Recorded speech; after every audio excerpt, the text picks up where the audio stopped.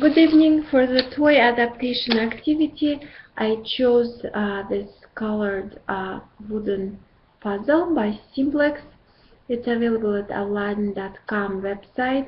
Price per piece is 3 to 7 cents. We also will need this wooden tray that fits 32 pieces in 6 different colors, and this would be the hardest activity to perform with this toy. Of course, different designs are possible. For children with lower cognitive abilities, I would use this simple chart that uses fewer pieces, and pieces are presented here in gray, black, and white color. So the purpose of this toy is to, first of all, strengthen hands and arms, work on hand-eye coordination, provide opportunity for a child to socialize either with teaching adult or with other children, to work on child's intellectual and language skills. The child can learn to name different shapes, colors, directionality terms when child is placing pieces in different sequences and different designs.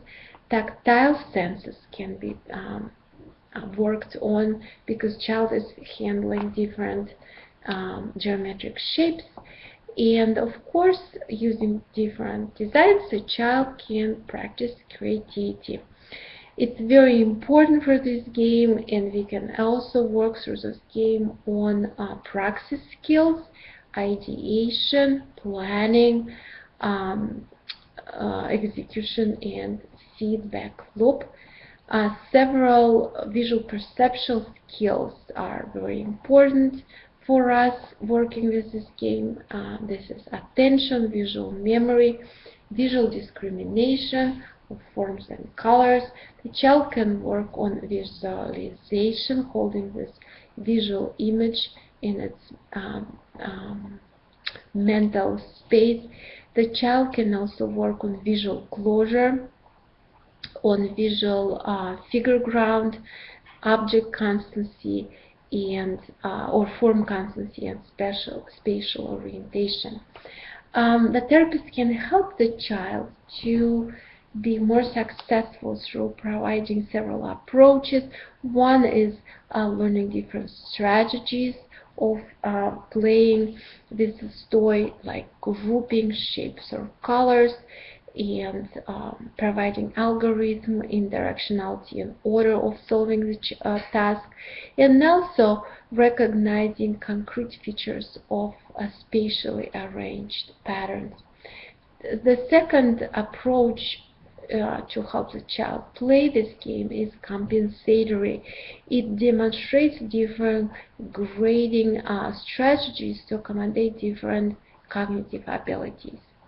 This toy can be beneficial for a wide array of intellectual, visual, and visual perceptual deficits that all affect cognition, and also useful for people with fine motor struggles, as the child will manipulate small pieces, most likely be forced to use bilateral coordination, crossing the midline, and placing the mosaic pieces with great precision and aligning them in a certain way.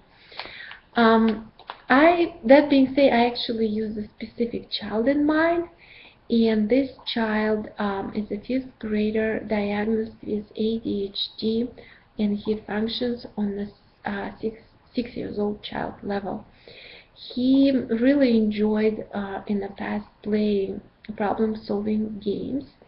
Additionally, he was just recently tested with the motor-free visual perception test in 3rd edition, and several of his visual perceptual weaknesses were identified, with the most severe one being visual closure.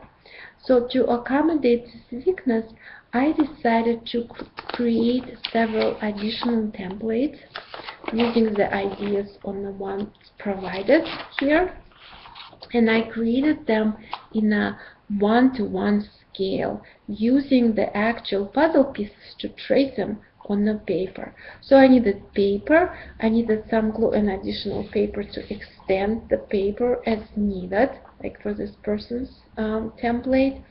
I used pencil eraser. I also used crayons to make it even easier. I color coded just one template, and that was my first template to use, so that the child can also rely on his perception of color. The child appeared to have trouble with the beginning. He wasn't sure where to begin. It was a bit overwhelming. So I taught him a strategy of starting from top down, and then it seemed to be easy. My second offer for this child was ostrich. It is not color coded. I asked the child to use his choice of colors to solve this template. Child was successful. Again, he needed some direction from top down. My next offer for this child was this person. Okay, again, I had to suggest working from top to bottom. He was confused with legs and arms. His person did have legs and arms, and I asked him to solve the problem on the tabletop next to this template. So he had legs and arms, but they were looking different. So when I pointed it out to him, he was able to actually correct it. It took me about 10 minutes to finish each of the trace templates, and I think it helped my client to feel very successful and successfully progress from a very easy to slightly hard activity. So since we didn't really have time to try those templates, but that's what I would do next. I would do a template that came with a toy. First this one that used few pieces, and then this one. My reference will be posted next to the link.